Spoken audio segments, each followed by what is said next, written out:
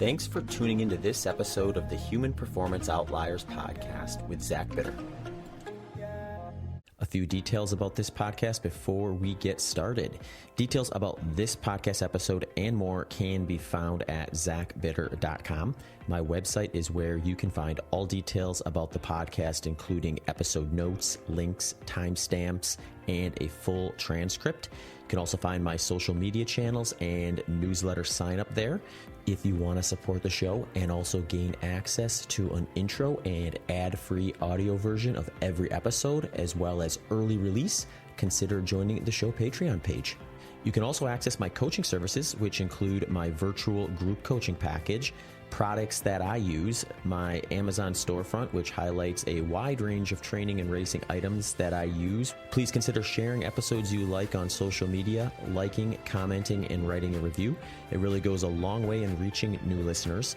As a way to thank listeners who engage, I am raffling a 30-minute consultation with me every month for anyone who shares, leaves comments, and reviews the podcast. Just remember to tag me or send an email to hpopodcast@gmail.com to let me know if I'm not already tagged so I can add you to the raffle. Also, if you have suggestions for show topics or guests, you can also send those to that email address as well. Finally, a big thanks to S Fuels, John G, Delta G Ketones, and Element Electrolytes for sponsoring this podcast. Links and discounts to these brands can be found in the show notes as well as at zachbitter.com. I also left a more formal description of each of these brands at the end of the episode. All right, let's get into the show. Awesome. Well, Courtney, welcome to Austin. Thank you so much. I'm so excited to be here. Yeah. I think this is going to be fun. I was listening to your podcast episode with Peter Attia, and Yes. you guys really got into the weeds on that one with foot strength and foot health. I could get into the weeds all day about foot strength and foot health. It's one of those topics where I think like if you have trouble with your feet, it's almost like paralyzing. Yes. Because there's just so much that you could consider, and probably to some degree so much you need to consider if you ever want to fix the problem versus throw a Band-Aid on it. Yeah. I mean, I think when you consider most musculoskeletal injuries, there's nothing that will stop you in your tracks more than foot pain. Because you literally can't walk every step that you take. You know, we have so many thousands of receptors on the bottoms of our feet, so they tend to be a more sensitive area of our bodies. So when something doesn't feel good at your foot, you really feel it. Mm-hmm. Yeah, it makes sense because it's like first point of impact. Yes. You kind of got to start there. Yeah, it's really shocking to me because I think from a rehabilitation perspective, we've come so far in rehabbing pretty much everywhere in the body, but for some reason at the foot, we've either ignored it or have approached it very differently than we would other parts of the body. And, you know, when we think about being a biped, so walking on 2 feet, it literally is our feet and the communication our foot has with the ground that allows us to be upright and balanced. So it's definitely a part of our body that I think needs to be paid attention to. Is that what got you interested in foot health originally, was just like, this has got to be the starting point? Or did you have foot issues that you fixed? Yeah, I mean, I think when you're passionate about something, there's always some personal quest that drove you there. I was a dancer growing up. I spent a lot of time in point shoes. And then I was a triathlete. And I had bunions and neuromas and foot pain. And so I was kind of on this search to figure out what was going on. I ended up going to chiropractic school, and unfortunately we only had about, maybe half a semester of education as far as foot and ankle. And it really was, if something hurts, here's an orthotic. And when I got out of school, I was obsessed with the foot and ankle, and then I actually worked in different orthotic labs, and that's what we did. And things were getting better. I think sometimes you mask symptoms, but I never just felt strong. I never felt smooth when I was running. And so then I went down the road of, we need to start looking at our foot a little bit differently. And so I started to peel back, started to look at what would happen if I started getting my foot stronger. And here we are. And I just brought that education into my clinic, and that's what kind of got this whole thing going. Yeah. Yeah. When you think of orthotics, I always think like, okay, this is something where we got to orthotics because we made a mistake prior to that. It's like, I mean, I'm sure there's probably some case or use cases where someone's like maybe born with like an imbalance or something where an orthotic is their reality, but that's going to be a pretty small percentage, I'd imagine. And then from there, it's like, what did we do lifestyle wise that got you to the orthotic? Yeah, it's really interesting. There's this concept of an evolutionary mismatch, right? Where our bodies were designed to function a certain way. And then due to modern society and the rapid growth of what's happening, things start to change. And especially when you look at our foot, with all the layers of intrinsic muscles and how the foot was really designed to handle all of this load, what has happened? Because a lot of people have foot pain. You have a lot of people with forefoot deformities now, with bunions and hammer toes. And, those things aren't matched well with what our foot should be able to do. And I truly think it's, footwear plays a very big impact on that. Mm-hmm. And, the fact that we're ignoring the health of our feet. Yeah. So is footwear where it all started, essentially, in your opinion? Was that like the advent of the shoe? Or at least a type of shoe? I'm writing this book right now, and I'm doing a lot of research on footwear. Mm-hmm. And it's really interesting because when they look at, in like the 14th and 15th centuries, mm-hmm. and the introduction of the Krakow, which was, in the medieval times, that shoe that like was really pointed. Yeah. And there was a study that looked at the remains of people's feet. And they noticed that in the 14th and 15th century, they noticed more incidents of hallux valgus or a bunion. Yeah. And then they matched it with the introduction of this type of footwear. And there's always arguments. Is the footwear causing this? And I think it's a little bit of both. I think when you have footwear that restricts the function of your foot, mm-hmm. so whether it constricts the toes or changes how the foot is supposed to function, you are going to see structural change and you're going to see weakness in the foot. Mm-hmm. I mean, the biggest example I'll give to my patients is if you were going to balance and you had your toes splayed, would you balance better like this, or if you had a rubber band wrapped around your toes? Yeah. I mean, this is not a hard sell. Right. It's a tripod. It just makes sense. Mm-hmm. From a muscular perspective, when you look at certain length-tension relationships within the musculature of the foot, the foot has to be able to splay. Tissues have to lengthen before they can contract. So all of those things just play such a big role in how we're producing force and how we're propelling forward. Mm-hmm.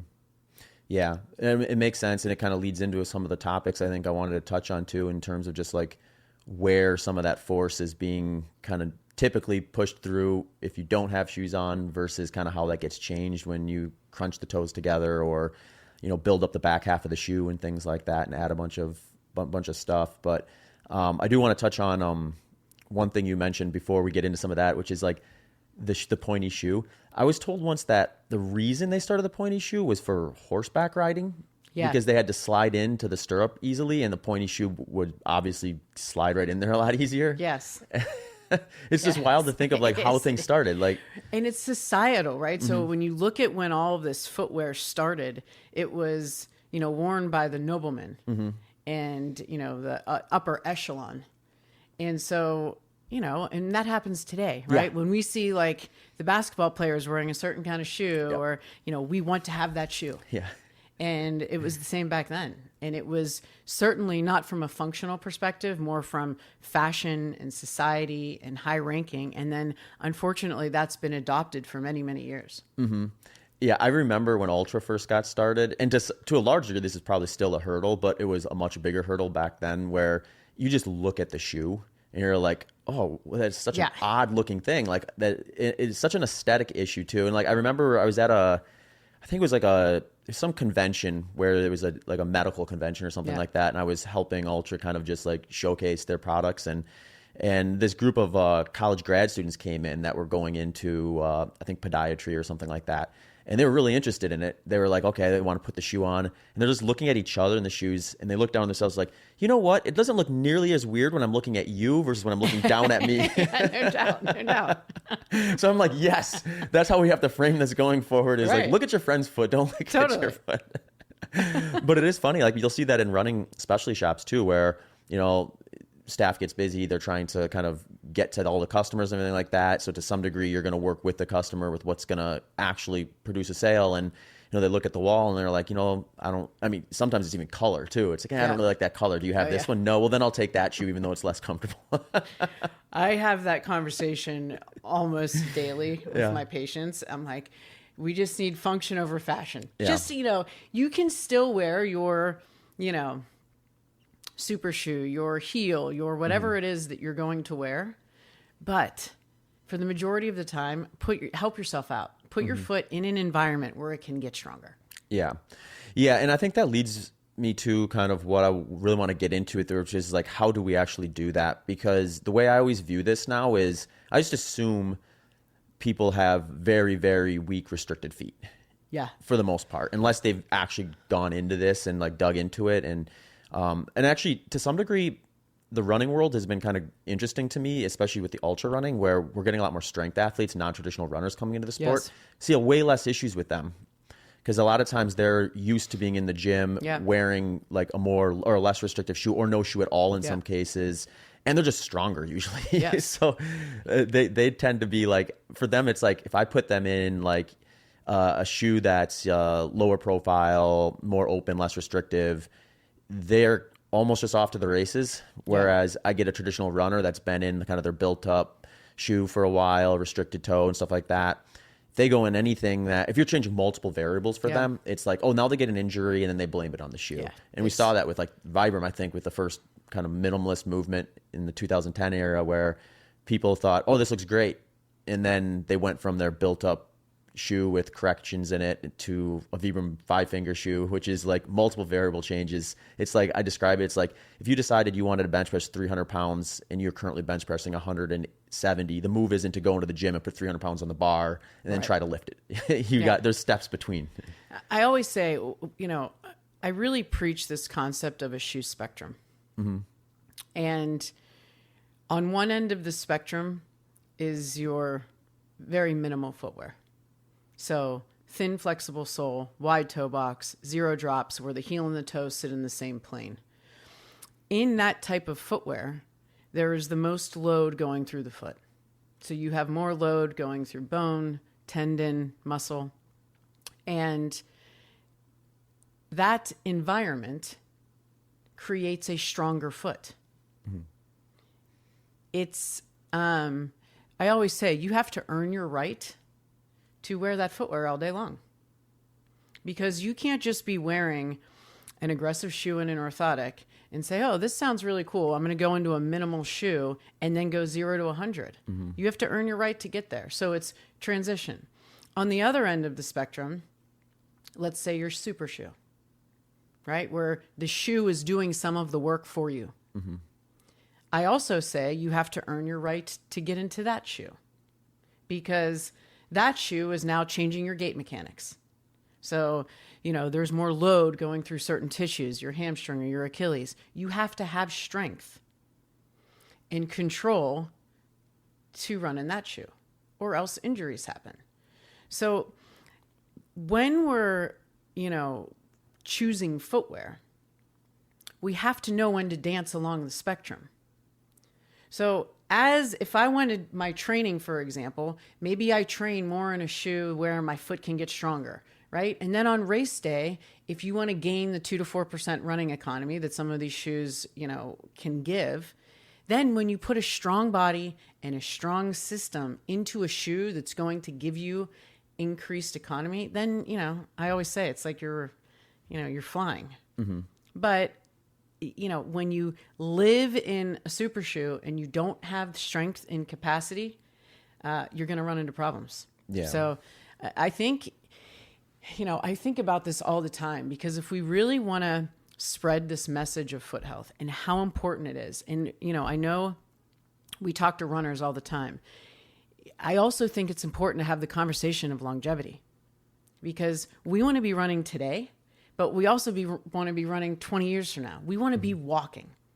And when you don't take care of your foot and you do not have good foot strength, that's a problem as we age, and there's really wonderful research looking at a weakness in toe strength, for example, as being a very big predictor of falls when we get older. You don't want that.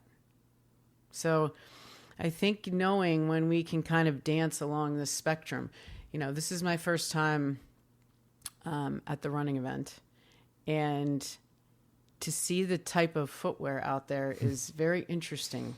See people walking around in super shoes sometimes. I mean, I got here last night. I was like, it's like alien invasion on people's feet. Time and a place. We're not going to, my message is not going to be everybody get out of the super shoe and everybody run around barefoot. I mean, ideally in my perfect world, that is exactly what would happen. But to have the conversation, I think, where we can start to get more people to accept this message and understand, hey, this is a shoe for race day. Mm-hmm. This is a shoe for tempo day, right? Speed. But take care of your foot when you're not in that shoe, or else you're going to run into problems, because I see it every single day in my clinic. Mm-hmm. How much can it be done independent of their running shoe? What if someone did say, like, hey, I really like this name brand shoe that is more restrictive, but the average runner, I don't know how many hours a week they run. It's probably like less than 10. Yeah. So most of the time they're not in that running shoe. Well, they could be, but they don't have to be. Yeah. So is that something where you can almost look at the running shoe in general as find what works for you, but make sure you're doing all the natural footwear stuff outside of that? Or is that just too much loading in the running activity it's maybe a mismatch, like a minute per minute isn't a trade-off when you're standing versus running? That's a great question. I think that if you think of it as like a pie chart, right? How many hours awake are you, mm-hmm. right? And what type of footwear do you have on during that day? The more time you spend in natural footwear, you have a bigger opportunity to improve your foot health. You also have to look at what type of runner you are. If I'm running without pain and things are great, then yes, you can wear what footwear you want, I guess, potentially. But if you have, foot pain or Achilles pain or knee pain or back pain, I think you have to consider what you're putting on your foot when you're running. Mm-hmm. So, and how you're running and your strike patterns and things like that. So, we could get into the conversation about what happens when you put all of this stuff underneath your foot and you run. But that might take a very long time. Well, let's hit on at least the toes. I think that is an interesting one to me, because I remember I can't remember how long ago it was. It was a while ago. I was talking to somebody and they were like, well, when you run, whether you're jumping or you're running, when you actually kind of propel forward through that gait cycle, most of the power is actually just getting channeled through your big toe. And then a smaller percentage is getting channeled kind of through those other four toes. Is there any data on that to kind of quantify, like, is that accurate, inaccurate, or? Yeah, I mean, when you look at the structure of the foot, I'm a very big fan of the first ray. I don't have my foot model, which is, I can't believe I didn't bring it. Or the big toe. Uh-huh. And the big toe is bigger and stronger than the lesser toes for a reason. So that when we're propelling forward, the majority of our load is going through the big toe and the second toe. When we start compromising the function of the big toe, so whether that's because we lose strength there, or if it's been in a toe box, it's been restricted, it starts to compromise the stability that we have at push-off and how we can propel forward. So why would we want to alter something that not only affects the function of our foot, but the implications that can have up the kinetic chain? And the, diagnoses that can be a sequela when you don't have a strong or aligned big toe. I don't want to do that. Yeah. Is it, or do we know even, is it more like a little compromise in power if you start creaking that big toe in, or is it an efficiency thing that costs people with that? I mean, in my office, we have a way to test the strength of the toes. Mm-hmm. So I use this little dynamometer. And it's basically the foot is on the ground, and then I have this little card, and I have the patient press the big toe into the card. Okay. We should be able to produce about 10% of our body weight through that big toe. Okay. And that's typically what I'm looking for in my office. If you were to press the big toe down when the foot is in this wide, stable position, you can produce more force. Versus if my big toe is in an angled position, so think of a bunion, and someone tries to press their big toe into the floor, you'll see a compromise in the midfoot. You might see changes in the structure of the arch because they don't have the integrity of that foot. So when you think about that from a push-off perspective, I want to have a strong, stable foot. I want to be able to push off of a strong, stable platform. And when the big toe is compromised, that simply is altered. Yeah, no, that makes sense. Is step one then regaining that ability to kind of straighten that big toe and splay your toes out? Yeah, it sounds a lot easier than it is. Yeah. Though, you know? Just throw in some toe spacers, you're all good. I mean, it's literally why I wear mine every day. I've had bunions since I've been, like I said, when I was younger as a dancer. And my foot has gotten so much stronger and I don't have any pain in my foot anymore, which is why I'm on a mission to kind of spread this word, because foot surgeries, that's a whole nother conversation, but you don't want to go there. But when you look at someone, one of the first things we'll have them do is see if they can do what's called toe yoga, right? So can you press your four toes down and then lift your big toe up and basically have what's called foot dissociation or toe dissociation? If they can't do things like that, then I know that we're starting at ground zero. We have to bring awareness back to their foot.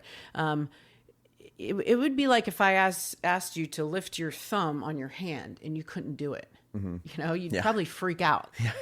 But for some reason at the foot, we're like, it's okay. I shouldn't be able to do that. It's like, no, yes, you should. Yeah. And so that's where you have to start, is making the connection between your brain and your foot. And so toe yoga, can you lift all of your toes? Can you spread them? Can you reach them forward?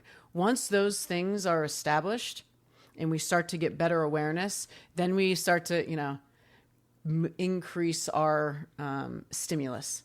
How do we get the toes stronger now? How do we get the foot stronger? Is there a best practice about going about regaining that like independent mobility between the big toe and the other four toes? Yeah, is there practice. So I've seen people do this online where they'll take like a resistance band and they'll put under their big toe and they'll like literally manually kind of force that movement. Is that kind of how you would suggest people kind of get started with that? Yes. I mean, start wherever you can. I always say, just fake it till you make it. If you need to, take your finger and start moving your toe, just bring some awareness. And then what's really cool that happens at the foot, because I think we have so many receptors there that are just screaming for information. Once you start doing this stuff, you'll find that it actually becomes easier relatively quickly. If in fact you haven't, unfortunately developed any structural problems, because that will eventually happen. Yeah. Right? Where you have bunions that are rigid or hammer toes that are rigid. Once those things start happening and the foot becomes rigid, it's a whole nother conversation. Yeah. But when you have the opportunity to start moving the toes around, those changes can happen relatively quickly. Strength, as we know, takes time and consistency. Yeah. So it's kind of a combination of strength and mobility, just like any other area for the most part. I mean, a lot of, for example, one of a common diagnoses I will see at the foot is a restriction of the big toe. So mobility of the hallux. If you were walking in a running gait, we need about 40 to 45 degrees of big toe mobility. If I wanted to sprint, I need about 65 degrees. I just need more range through the foot. When we have poor foot strength, or we have a first ray or a big toe that cannot extend appropriately, you can start to have pain at that joint. And if you have an inflammatory response there, then you can start to form arthritic change, right? So these are the diagnoses like a hallux limitus or a hallux rigidus. If you don't have good mobility of that big toe, you will compromise what is happening above the foot. I mean, Big toe mobility gives us knee extension and hip extension when we're running and moving. And, you can't rob Peter to pay Paul. Right, yeah. So, there's a lot of sequela that can happen when you start compromising mobility and stability from the ground up. Yeah. Are you familiar with Graham Tuttle? He's like the barefoot sprinter on Instagram. Yes. I always think of him when I think of the toe yoga and stuff, because he could literally play the piano with his toes. Yeah. I think like all of them move, like not just the big one versus the other four. It's like he can manipulate just the pinky. It's pretty crazy. And I mean, he's obviously spent a lot of time and interest in that. Yeah, I mean, you have to spend time. And what I think is really interesting, because there is a lot of people that barefoot run,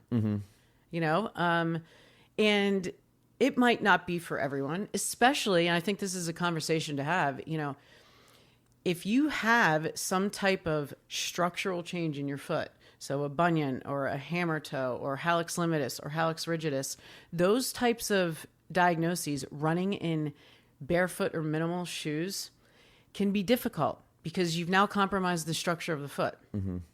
But when you have a healthy foot, maybe it's just weak, and you start training your foot and your foot strength gets there, I mean, running in a minimal shoe, there's no better thing. Mm-hmm. I mean, you're mimicking how we should be able to run. And so when I see people that can run like that, I think it's very, very impressive, and it's a beautiful way to run. Yeah. The other thing that I always think of when I think of Graham is he was over here in Austin. This is probably a couple of years ago at this point, but we went down to the Austin High Track. Yeah. And we were just like doing some exercises and stuff. And he had me run barefoot on the track. And the first thing I noticed is when I would accelerate into I didn't do like an all out sprint barefoot, but I got going pretty quick. When you start to slow down, you feel everything just working in a different way and I remember that was a light bulb moment for me, because I'm thinking, when I have my shoes on and I decelerate, I'm literally not activating muscles that at least in the same way that are meant to make that more efficient. Yes. And when I was barefoot, thankfully I've got strong feet, relatively speaking. I mean, I've done 100 milers and minimalist shoes and stuff like that. In fact, kind of a sidebar, I did one year I was doing this race called the Desert Solstice Track Invitational, and it's just this ultra marathon on a 400-meter track. And I got my feet strong enough where I was going in there with this pair of shoes that were it was actually the original Ultra Vanish before it converted to their super shoe. It was 3.9 ounces or something like that. I was like, there's no way anyone's got lighter footwear here than me. 3 actual minimalists showed up that year. Yeah. No shoes. I'm like, how do I have a 3.9 ounce minimalist shoe and I've got the only the fourth lightest footwear out here? I mean, you're getting me excited with this conversation here. When you take your shoe off and you run barefoot, it's like a completely different animal than running with a bunch of stuff underneath your foot. You feel things differently. I mean, that's the trade-off with cushioned footwear. Is, when you have cushion or a lot of stuff underneath the foot, it's protection on a man-made surface, right? Mm-hmm. But you compromise sensory acuity. You compromise sensory perception. You will not feel what you are designed to feel when you have a bunch of stuff underneath your foot. So when you start running, if you were to take your shoes off and go run in grass, it will be an extremely different experience. Mm-hmm. There was a cool study that came out, and the cohort was small. It was only about 20 people, I think. But they looked at recreational runners with chronic heel pain. And we know that our, treatment for plantar heel pain, which, is the correct term now, as it's no longer called fasciitis or fasciopathy, has been to offload orthotic, real cushion shoe. And what they did in this study was they had everybody take their shoes off, and they were to run barefoot for 15 minutes twice a week for 6 weeks. Mm-hmm. And I think it was 19 out of 20 of them reported with less pain. Wow. And it's everyone's going, well, this doesn't make sense. And it kind of does, because tissues need progressive load. Mm-hmm. Muscles need progressive load when we want to get stronger. You just can't keep modifying load and decreasing load and expect something to change. So when you have changing the strike pattern, when you're running without shoes on, you're not going to hit hot and heavy on your heel because it would hurt. You know, the beautiful thing about the fat pad of the heel, the calcaneal fat pad, is there is a lot of mechanoreceptors and a lot of nociceptors that are designed to tell us, hey, don't do that. If you hit too hot and heavy, it gives us information. But when we can't feel that, you take away that information.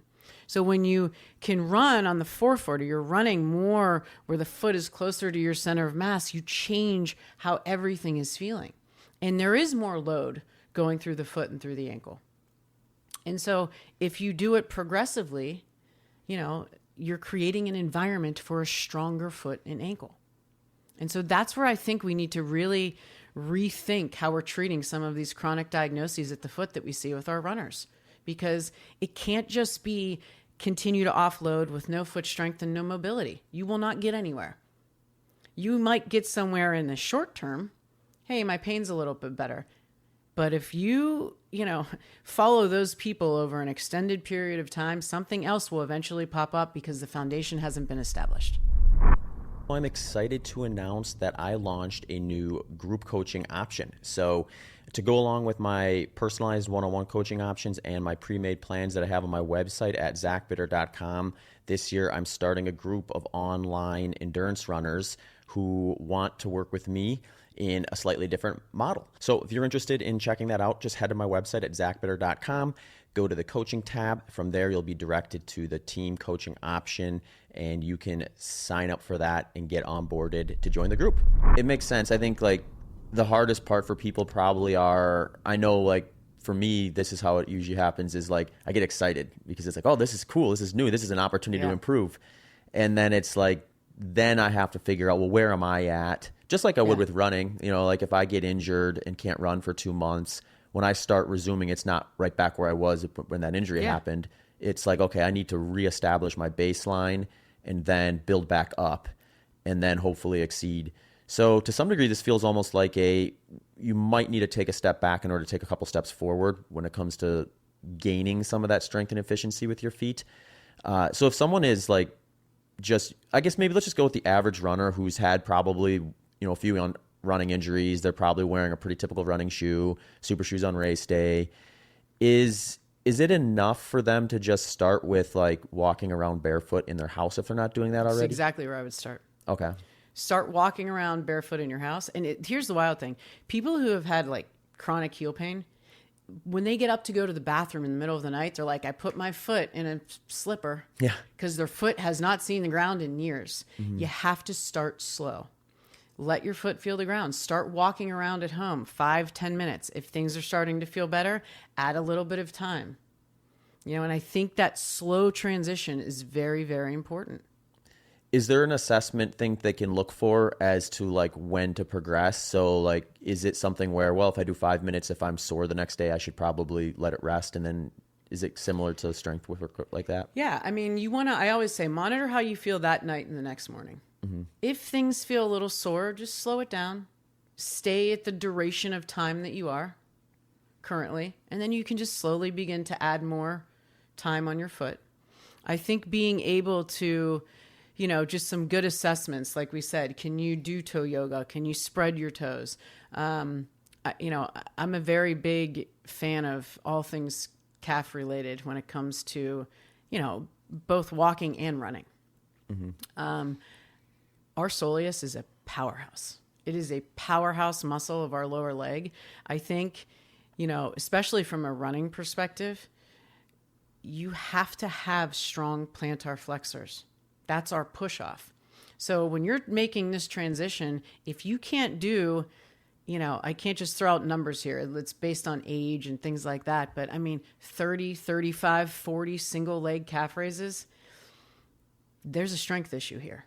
Mm-hmm.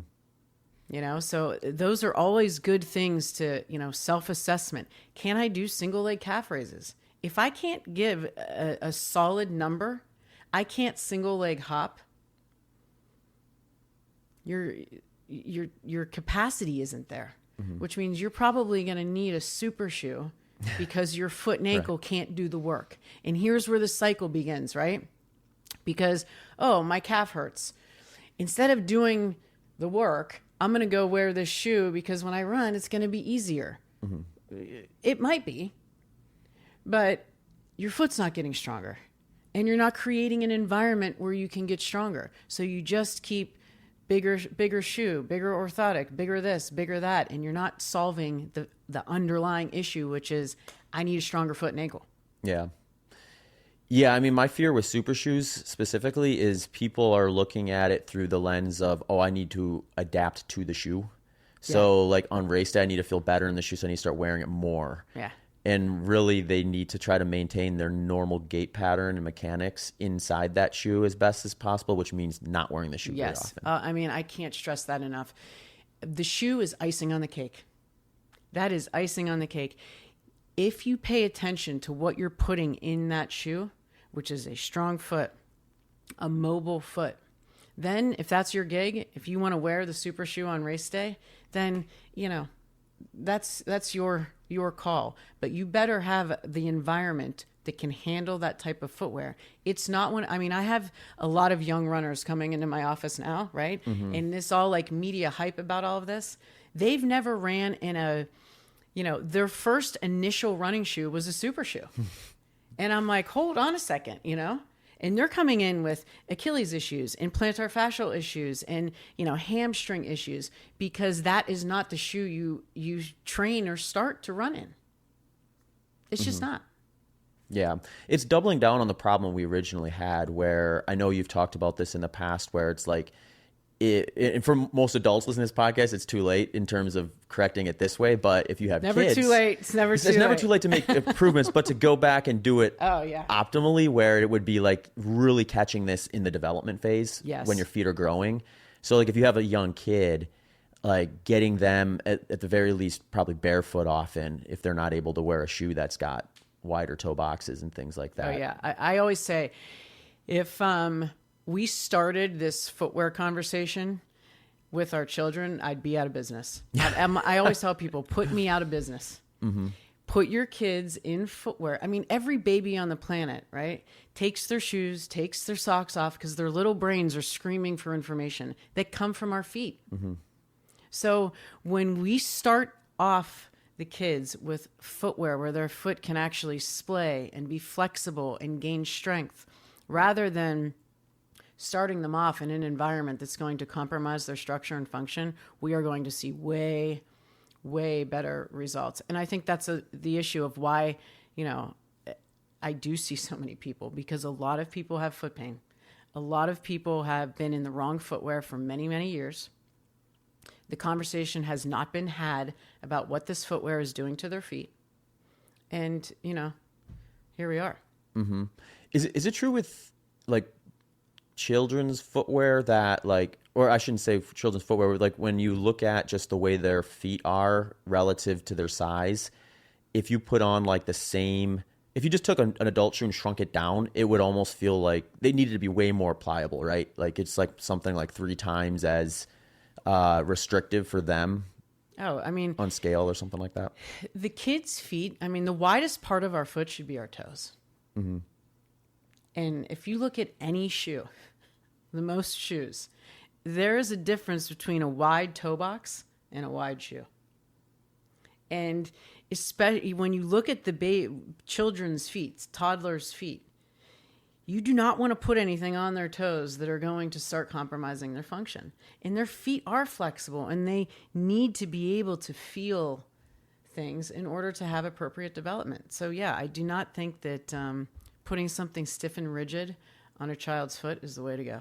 Mm-hmm. Yeah, so you're only addressing part of the issue if you just have space up front, especially with the children's shoe. Yeah, so they almost need minimalist or at least real flexible. Oh yeah. And without naming any names, there's a pretty big shoe company out that recently came up with the toddler shoe. Oh, yeah. Like the biggest shoe company. Yeah, I saw this. I was going to ask you about this, actually. Yeah. And I've got a conspiracy theory about this, by the way. When I saw this, I was like, wow, are they getting it?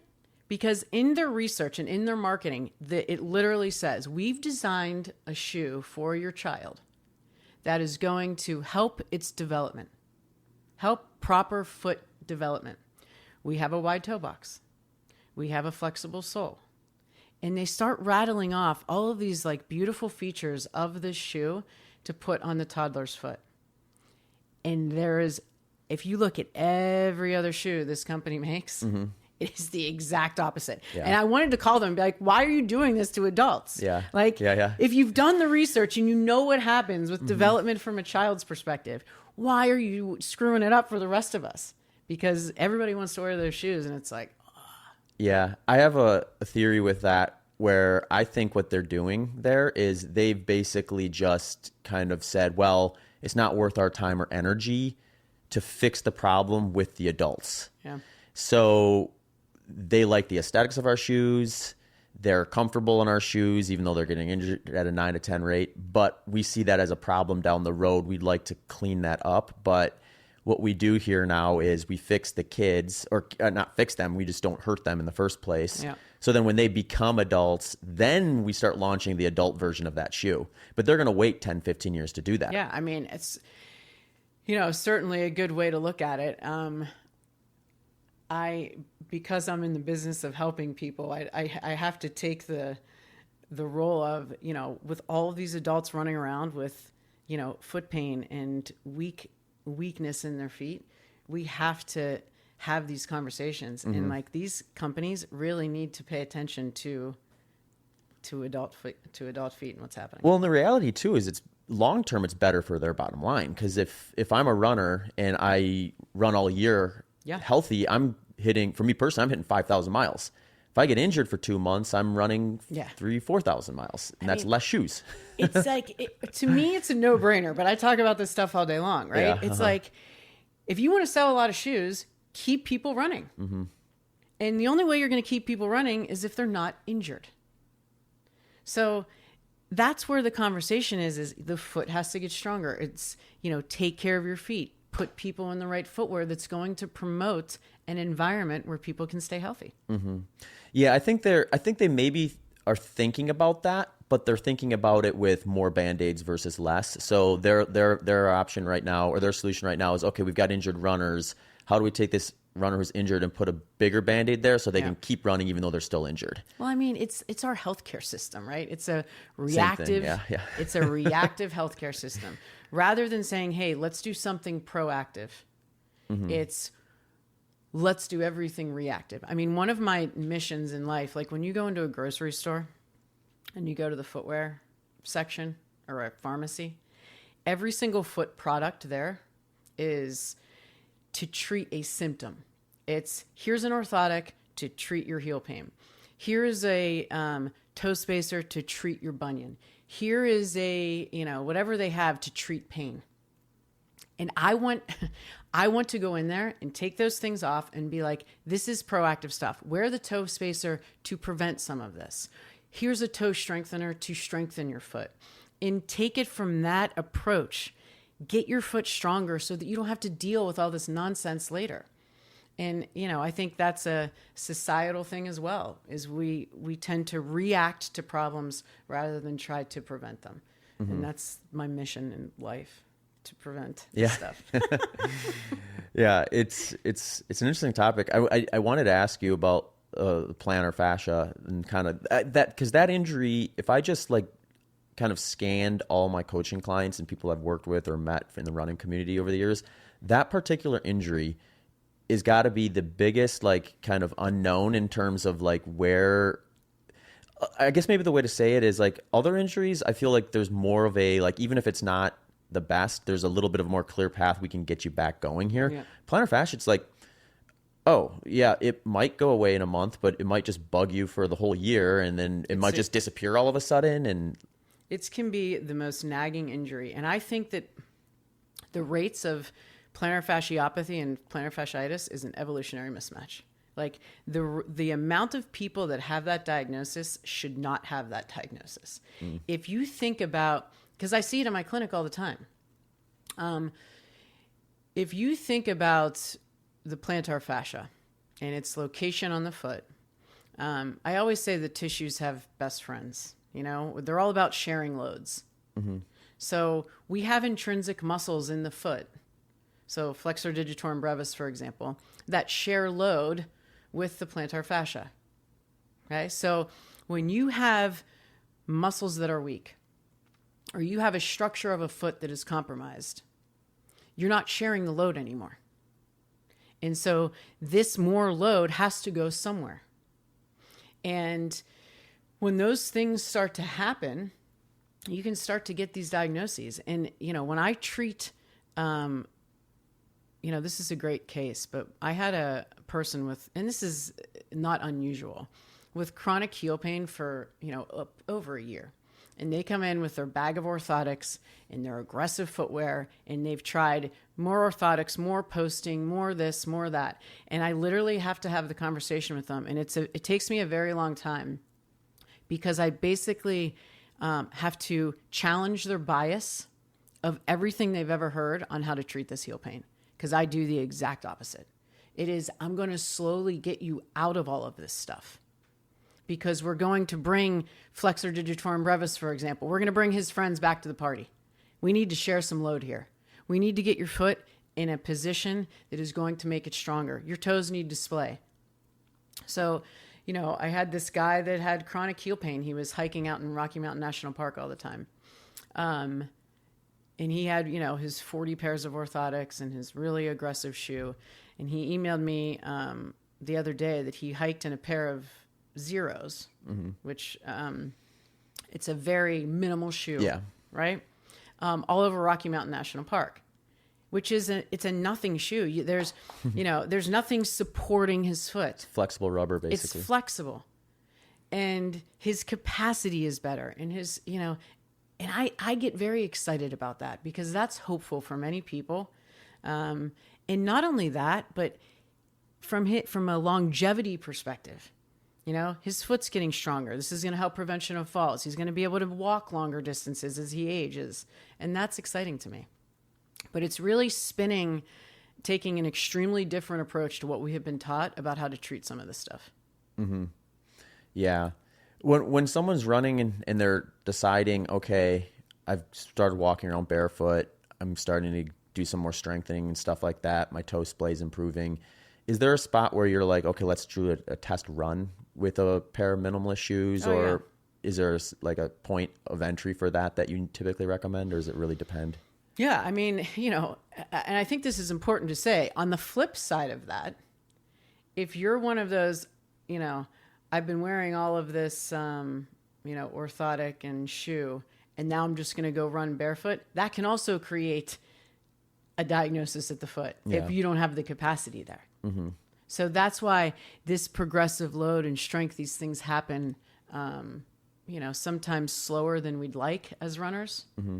But yes, I mean, I will have them start running, even if it's 5 or 10 minutes, and it's going to put a little dent in the training, right? So usually when we're trying to make this transition, we'll do it in off season, not when they're training for something, right? So that, the compliancy and the buy-in is there. Mm-hmm.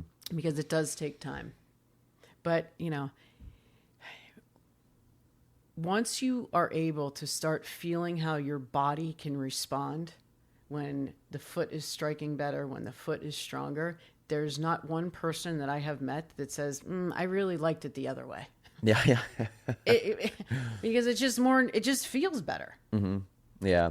I remember when I started kind of transitioning that direction, I started running in middle school and then high school and college, started taking it serious, and I just wore like the traditional running shoes up until my mid-20s, when I decided, okay, I want to kind of focus on getting into more natural footwear and trying out minimalist shoes and things like that. And I probably spent 6 months getting to a point where I could reasonably do all my running in a pair of low profile, flexible, minimalist type shoes.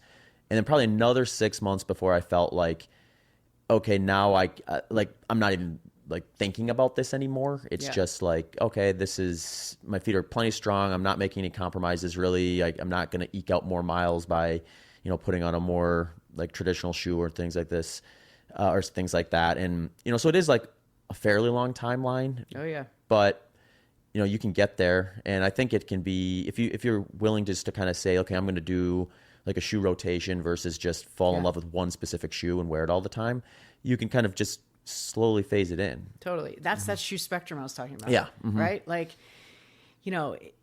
if you want to make this transition, which I would highly recommend for everyone, it has to be slow. You dance along the spectrum, but as your foot starts to get stronger, I can guarantee you that you're going to be like, all this stuff underneath my foot doesn't feel good anymore. It's changing my perception. And then you end up, my patients will come in and tell me, because I'll start them off with, if I'm trying to introduce them to kind of the natural footwear world, if you will. We'll start them off with the wide toe box, but I might match the stack height of their shoe. So we'll go wide toe box, thicker stack height, right? So you start there. Then as we're working on their strength, and you're right, this takes time. Then we'll start cutting down the stack height, and we're still getting stronger. And then so we kind of move down the spectrum. And then they will tell you, hey, I'm starting to feel better in this footwear. I'm like, yes, perfect. And then you can spend more time there. But when when I started this myself, I first started wearing toe spacers. I think one of the first pair of functional footwear, and the functional piece of this was the wide toe box, was the old Ultra Olympus. Yeah. And that shoe has a ton of stack height on it. But I was, I had been in orthotics for 10 years. I was running around in again, not throwing out any names, but footwear that was so narrow. So it was a good shoe for me, and probably about 6 months into wearing those toe spacers. That's about how long it took me before I could wear them all day long. I wear them all day long now. And now, you just I've spent a lot of time with that transition, and now my foot's on the ground. And it just takes time. But the consequence of that is so worth it that that's why I preach the message. You got to do it. Yeah, I remember when I actually went in. There's an old shoe store called Revolution Natural Running Company in Wauwatosa, Wisconsin, and I don't think it exists anymore, but it was based on this whole principle. So I went in there, and they sent me out with 3 pairs of shoes, because which some people are like, oh shoot, I'm gonna have to buy 3 pairs of shoes, which to some degree, obviously there's a bigger upfront cost with that, but you're probably going to get more life out of those shoes with a rotation than you will just banging one pair all the time anyway. So if you really want to save money in the long term, buying a rotation or getting a rotation started is probably a better move anyway. But yeah, they sent me out with 3 pairs of shoes because they knew this one just isn't something you're going to be ready to do all your training in. Right. But this one is, but we don't want you to do all your training in this one. So we'll have you do X amount in here. You've got this one, you got that one, and they all had their purpose. And I sort of phased them all in and found the spot for them for the specific workouts, and depending on how my body felt, situations. I was talking to my good friend Jade Cherry about this, and he brought up such a good analogy that I loved, because I'm also a cyclist. And he's like, you have a road bike, you have a mountain bike, and you have a gravel bike. You have different tools for the trade. And I was like, that's exactly right. So I have that same conversation with my patients. It's like, okay, we're going to have this shoe for this right now, and you're going to have this shoe for this. This is going to be your, minimal shoe that you're going to start to wear a little bit each day. And, it is an investment, and that's a conversation that, we have to have. But I think it's worth it. And like you said, when you have that shoe rotation, you can kind of dance along that line. And when we think about how long shoes last, by the way, right? Yeah. I don't think people think about this, but the more cushion that's under the shoe, it packs down, right? The materials change. If you wear a shoe that doesn't have a lot of stuff, there's nothing to pack down. Yeah. So you're going to get more mileage off of a shoe that isn't going to, alter in its structure. So that's something else to think about. The best way to maximize the amount of money you need to spend on shoes is put yourself in a position where you require the cushion, because that's the first thing that's going to go in most shoes is the cushion. You'll be replacing that thing in 200 miles versus 5, 6, 7, depending on the brand and the model and the durability of it all. But if you get used to firm, flexible shoes, sometimes you feel like the shoe comes alive in the later stages of it. And yeah, you don't nearly need to replace them as often. Yeah, and the stronger your foot and ankle get, More you can tolerate, the more cushion you have. You're just like, oh, literally, you're just like, take this off, because you don't get that. You don't get that feel. And some of my patients, they'll come in with these really cushioned shoes that they've had for like a year, and I'm watching them walk, and I'm like, oh my god. Because the thing's all worn out. Whenever they go to heel strike, they're basically, it looks like they're going to invert, sprain their ankle. I'm like, you need a new shoe, A. Yeah. And B, we got to get rid of some of this stuff underneath your foot, because you just can't feel anything. Yeah. Hey folks, just a quick reminder that this podcast sponsors include S Fuels. They have a 15% offer for you. Element Electrolytes, they have a free sample pack offer for you. John G Apparel has 10% off. And Delta G Ketones has a 20% off and free consultation offer for you. Links and details can be found in the show notes and the episode landing page. You can also check out a full description of how I use all of these products in my own training and racing at the end of this podcast episode. Yeah, I noticed that with cushion shoes for me because I supinate. So I'll just saw down that kind of front outside part of the shoe.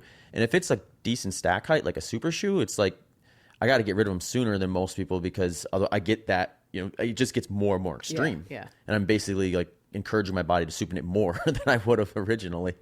Yeah. So, and gosh, bringing up supination, we might need podcast number 2.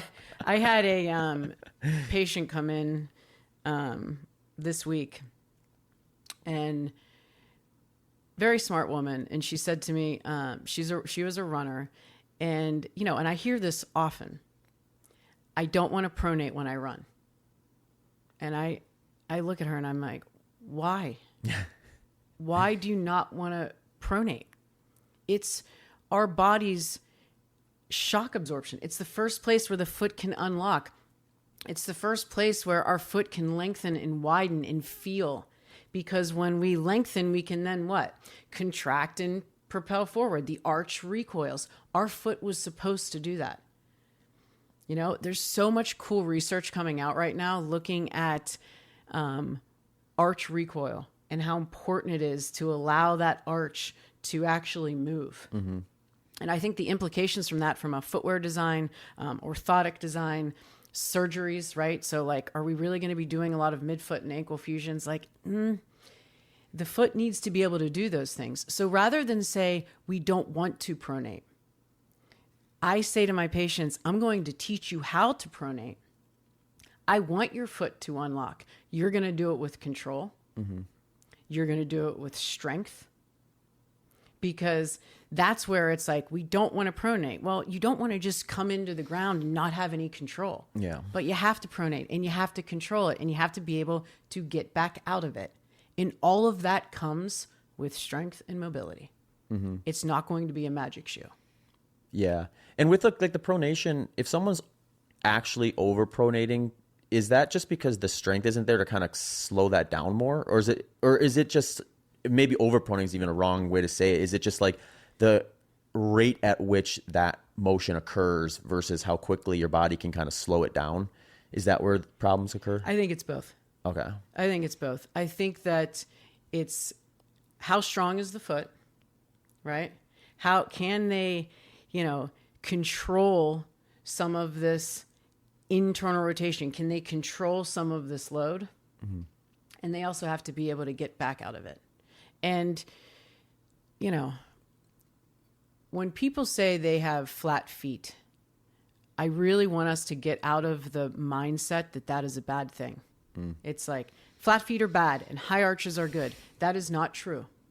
And we're seeing that with all this research coming out, that it's how does the foot function? Don't be fooled by what you see. So just because you may see a flat foot, that does not mean that this person needs an orthotic and a motion-controlled shoe. It might mean that their foot needs to get stronger, but they also might have a very strong foot. So I think I really want to work on kind of debunking that myth that flat feet are bad and high arches are good, because you can see diagnoses on either end of it based on lack of function. And, the overpronation, we've kind of demonized pronation. And I don't think that, I think we need to switch gears there too. Yeah, it's interesting. We kind of talked about it a little bit, but I want to dive in a little bit further is like the drop of a shoe. Yeah. So I think probably a question or a comment that would irritate you would be like, can you tell I get irritated about this? I'm just imagining someone coming up to you not knowing anything and just saying, oh, I can't wear zero drop because of my Achilles tendon or something like that. Or I get injured if I wear zero drop. And like, I think people have, maybe this isn't as common anymore, but there are people who think that that's just off the table for them, regardless of what they do. Yep. Whereas I think it's like, well, you might not feel comfortable in zero drop right now, but there are things you could do where that would no longer be the case. Yes, you just answered it perfectly. You know, if you've ever, I will hear that all the time, right? I switched to a zero drop and I had all this foot and calf pain. Mm-hmm. So it must have been the shoe. And it's like, no, you either transitioned too quickly or clearly you don't have the capacity and the power from your foot and ankle to run in a zero drop shoe because, you know, it is the way we should be running. But if you're not used to it, it's more load. Mm-hmm. You know, I live in Colorado. When I run in my zero drop, so, you know, I have a Ultra King Mountain that I love. Yeah. Yeah. I'm so happy they brought that model back. I know, me too. I was so stoked about that. When I'm running up the mountain, I feel it in my foot and in my calf. And I've worked very hard to be able to do that. Right. Even if I were to put on, so the Ultra Wild. Yeah. Mm-hmm. With the 4 mil drop. Yep. Right. When I put that 4 mil drop on, there's a difference. And it's not even that much. It's only 4 mil. But, you know, it does change the dynamics of what's happening. But when you have a diagnosis like, you know, an Achilles issue, here's the conversation that I will have with my patients.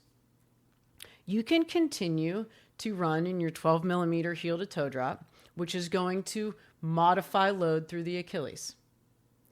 But you're not creating an environment where your foot is getting stronger. So don't be surprised when you have another diagnosis or this is starting to, you know, it's like, why wouldn't we just work on getting our foot stronger, work on improving our dorsiflexion? Because then, yes, you will be able to run in a zero drop shoe and you'll enjoy it. Mm-hmm. Yeah. Yeah. It's always interesting because it's like, yeah, you wouldn't think 4 millimeters would make that big of a difference, but it can. You can feel it. And I think that is like worth exploring for people who've been in something.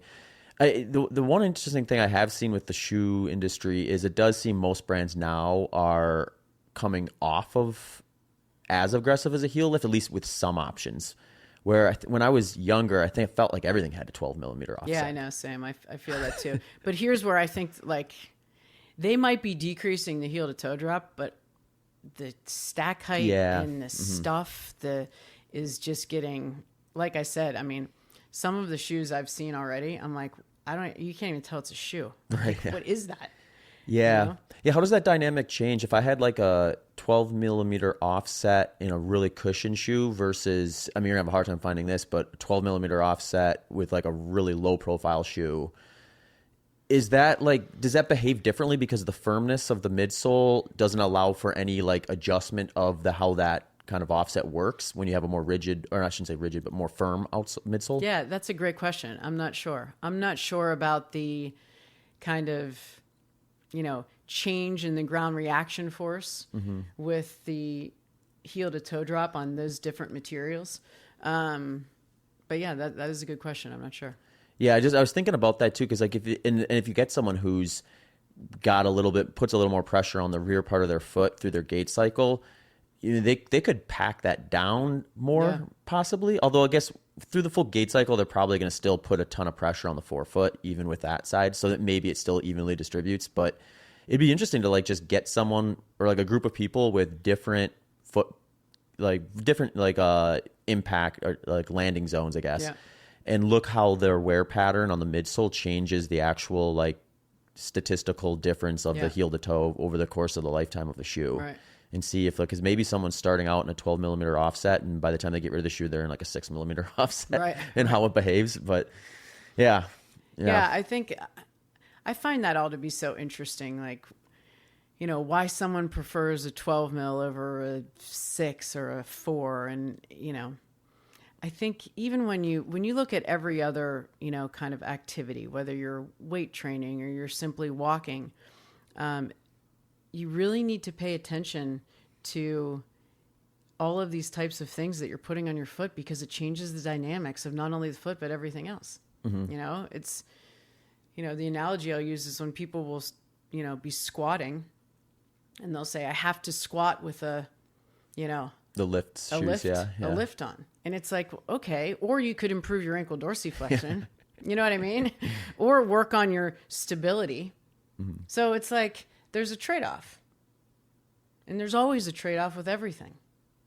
And, there's a time and a place. And I'll say this to my patients too. I am not I'm not anti anything, but you have to be aware of what's happening when you're heavily biased towards one thing. Yeah, I mean, if you just look at it all as tools and then recognize, like, if I overuse a tool or use a tool for the wrong thing, it's going to eventually create a problem, or at least an inefficiency where I could be using a different tool more effectively. And to some degree, like when people are kind of going on the process of, okay, I've got foot weaknesses, I've got things I want to try to correct, how do I sort of go about that and avoid, the worst case scenario of getting injured in the process of trying to get better? I just tell them, is like, think of it this way, like, if you flex one of the tools we've talked about in terms of like kind of start that process, just kind of ask yourself this, like, think of it the same way as how I would view like a strength routine. If I go into the weight room with the goal to get stronger and I do a routine and the next day one area is more sore than the other, I'm going to think of it as like, okay, that spot is sore, which means I probably did a little too much. So maybe pull back or ease into it. And I also am probably weaker in that spot. So I've learned two things. I've learned I have a weakness that if I can improve, I'm going to get better, but I need to be mindful of that weakness and work it up. So, and same thing with running too. Like if I go out and start running and the next day, like my calves are sore, but everything else feels a little bit normal, I'm going to take that as, well, my calf muscles are maybe a little weaker and they need to be worked on to fix it, versus thinking of it as like, okay, this is bad, now I need to get rid of that. Right. So it's all information. If you just take that information in and apply it properly, you eventually get where you're trying to go. Yes, it's so good. Pay attention, right? I think that analogy that you had with strength training is great. You wake up, your knee's sore. What are you going to wear, a knee brace forever? It's like, no, you're going to figure out, strengthen your glutes, right? I'm always like, well, everybody wants to strengthen their glutes. Strengthen your foot, But yeah, it's all information and we should be paying attention, right? And I think if you were to ask anybody on this planet, what are your goals? And I ask that to every single patient that walks in my door. What are your goals? It's to stay healthy, to stay active well into their later years. And I think that's why these conversations are so important, because I think we think about the here and now, right? And you have to also look at what is going to be the best for me from a longevity perspective as I age, because I want to be running till I can't, till I'm 6 feet under. I need it. I want it. I love it. I want to be active. So these are the things that we need to start paying attention to, because when things hurt, it will stop you in your tracks.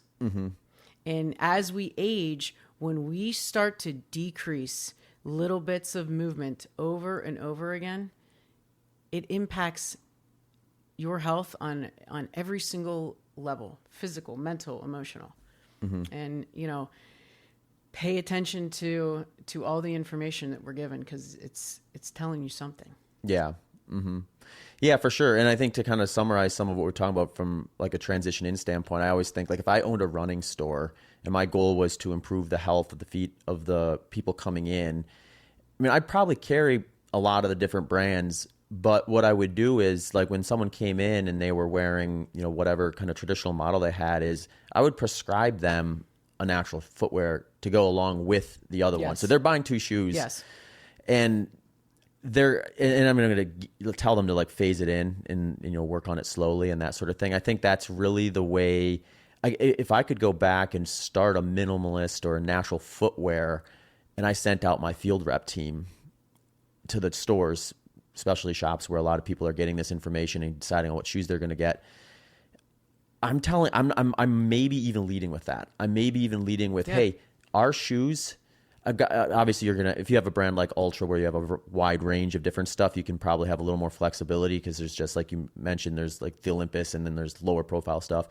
But I'm almost saying, like, look, don't just sell them this straight up unless you know they're ready for it. Or if you're concerned because they have some injury history and they're wearing a lot of orthotics, stuff like that, treat it as an add-on and sell it as an add-on like you would an orthotic or like you would at the socks or the shorts or whatever you're going to try to get them to buy along with their shoes while they're in there. And I mean, it just makes so much sense to me, but I talk about this stuff all day long. I mean, you're selling things in a shoe store. There's really two things to consider, right?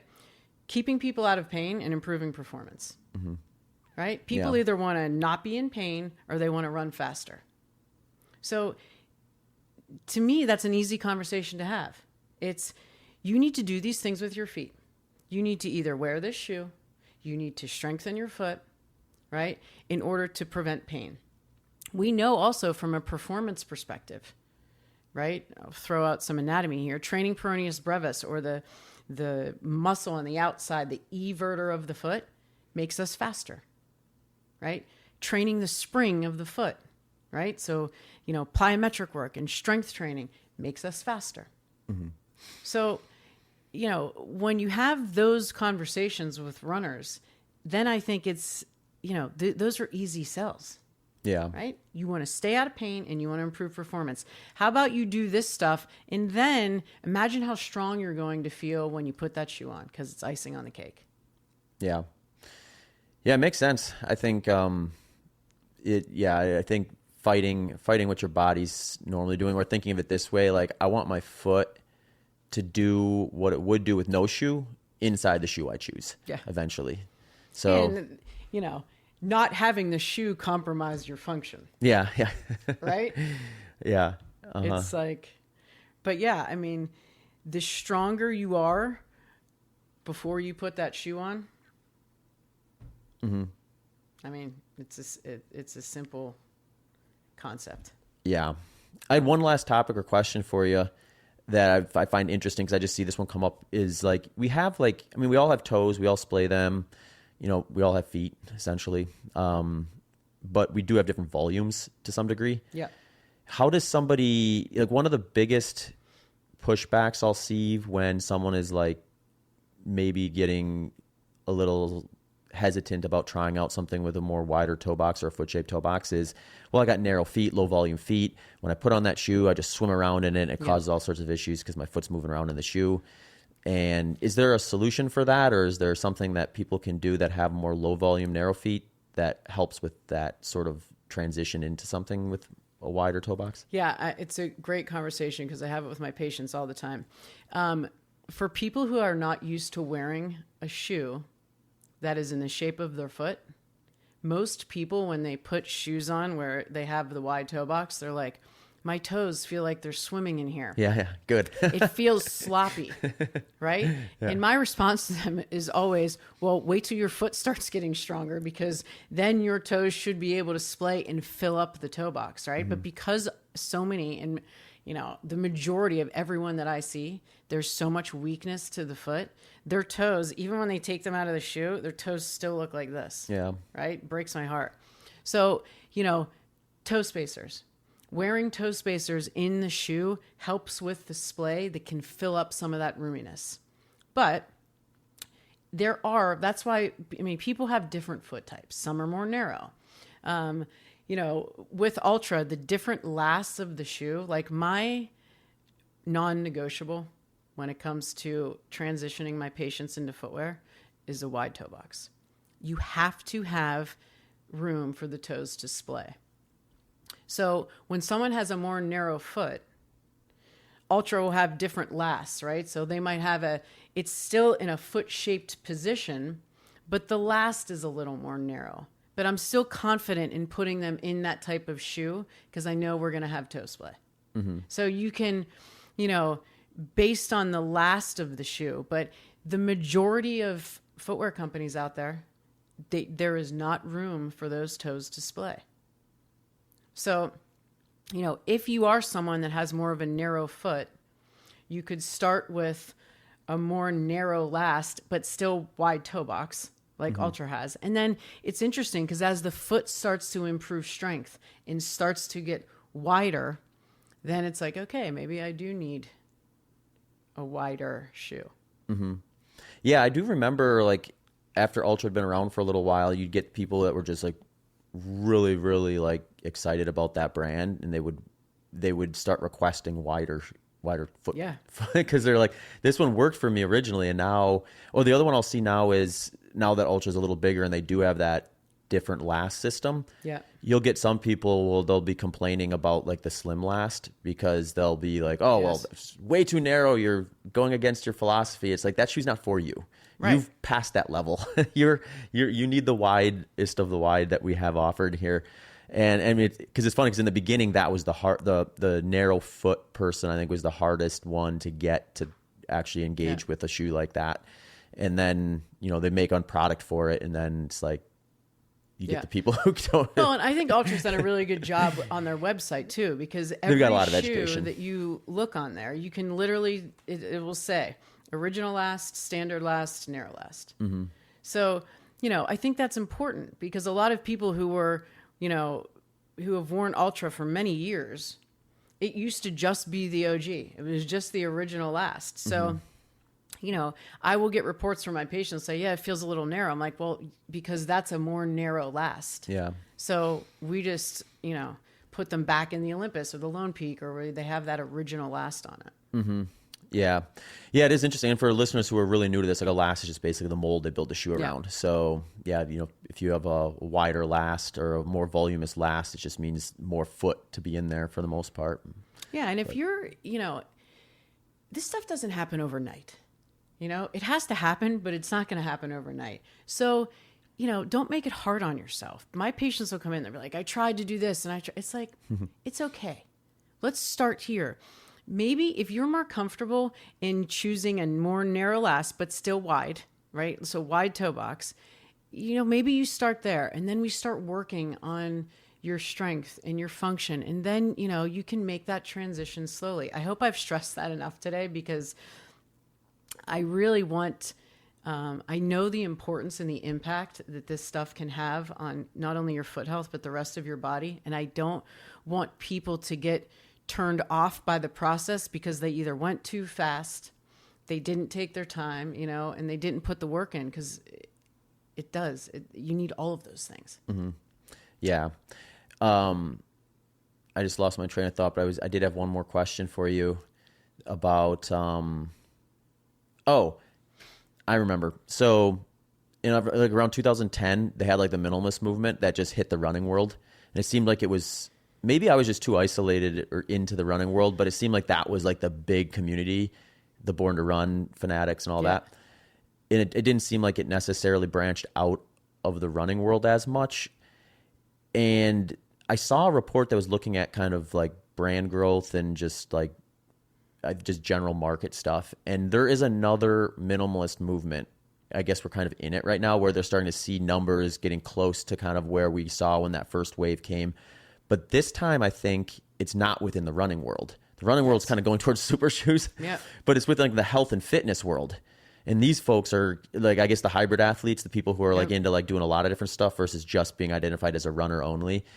They're really getting into more natural footwear, more minimalist footwear and stuff like that. So we're starting to see more brands, more options start to pop up, despite there being, I think the biggest disappointment to me about the super shoe stuff isn't the fact that we have this super shoe available. It's the fact that it basically eliminated the need for a lot of traditional brands to even have a low profile shoe on their catalog. Yeah. Because that used to be the racing flat. Like they could always keep one around because then everyone needed a racing flat for certain situations. Now the racing and the super shoe. So you keep going in that direction because you'll keep me very busy. Yeah. And I keep saying, put me out of business. Don't make me busier, right? Yeah. And if that's the way it's going to trend, right? I'm very excited about what I'm seeing from a not from the super shoe perspective, but from this whole minimalist conversation because I've been doing this for 20 years. And you're exactly right. before that it kind of caught some fire. But I think this time around, it is reaching to not only the running community, but everyone, because everyone needs to walk, right? Mm-hmm. And now we have more research. We have more education. Yeah. There's more knowledge behind the why, I think, than there was before. There's more education on how to transition. There's more education on why this is so important. And that's where I think it's catching fire. Mm-hmm. Because a lot of people are realizing, and it's, patient testimonial and people saying, hey, you're right, this does feel better. And I think that's really exciting. And I think we're going to be seeing more and more of it because it just makes sense. If you sit down and think about it, it just makes sense that you would want your foot to be in a position that it was designed to be in so that it can function and so we can get stronger from the ground up. This is not a hard sell. Yeah. No, it makes sense. Yeah. Cool. Well, Courtney, thanks so much for coming on. You're so welcome. Thank you. I definitely want to give you a chance to share with the listeners where they can find you, because Instagram page, Gait Happens, is amazing. If they're really looking for resources, that's a good spot to start. Yeah, education is I'm very passionate about this work. I really, and not only for my running community, but I think we, as a human species, we need to walk. We need to walk. We need to put, mileage under our feet. So yes, we have a lot of resources. My Instagram account is Gait Happens. We have kind of two different pathways if you were to go onto our website, both for the lay person as well as for the clinicians, so people who are teaching this stuff. So we have foot health courses that you can take to get your feet stronger. But then from a clinician, we also have assessment courses and treatment courses, and we toe strengtheners and toe spacers and foot health kits and all those things to get your feet strong.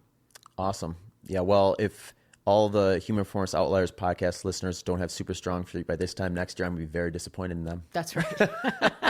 We gave you the tools. That's right. Awesome, Courtney. Well, thanks a bunch. Thank you so much. Take care. Yeah. Some seasonal discounts for the podcast sponsors include S Fuels has a 40% off site-wide for a limited time with promo code ZACH40. That's ZACH40. John G has up to 40% off. Delta G Ketones has a buy one, get one 50% off on one-time purchases of ketone esters, or 30% off your first month when you subscribe. That sale is valid November 1st through December 4th. Element Electrolytes has their full winter warm beverage flavors ready for you, so check those out. All the details are also in the show notes. Here are some discounts and promos for the HPO sponsors. Delta G Ketones has 20% off with BITTER20 promo code, and they also offer free consultations to help you assess how their product would best fit your lifestyles. Head to deltagketones.com. Element Electrolytes has a free sample pack with purchase and satisfaction guarantee, meaning if you don't like it, they will give you your money back, no questions asked, and you don't even have to return the box. Go to drinklmnt.com/HPO to get that free sample pack and try out all their flavors with your purchase. John G Apparel has 10% off with promo code BITTER10. Check out their AFO shorts if you're in the market for a new pair of running or gym shorts. That's johng.com, JANJI.com. S Fuels has a 15% site-wide discount. Go to sfuelsgolonger.com. All links, promos, and discounts can be found in the show notes as well as every episode landing page. Thanks for tuning into this episode of the Human Performance Outliers podcast with Zach Bitter.